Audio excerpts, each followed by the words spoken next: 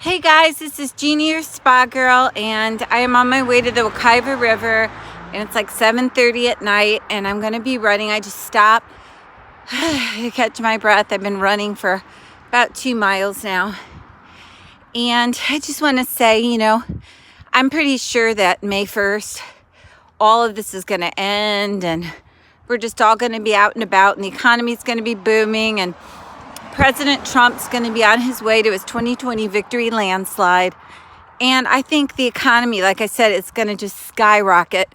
People are going to go out and go crazy buying stuff and getting in restaurants and clubs. And sure, some people that are in bad shape will get sick, but the elderly will be cautious, and everyone else will just be out and about, and they'll just get over it if they get sick.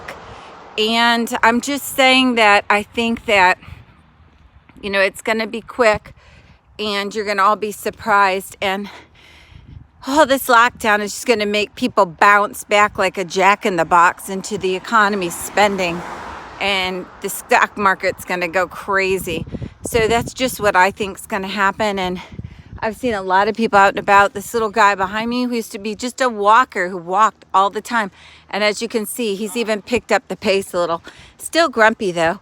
You see dog walkers out, people on their phones.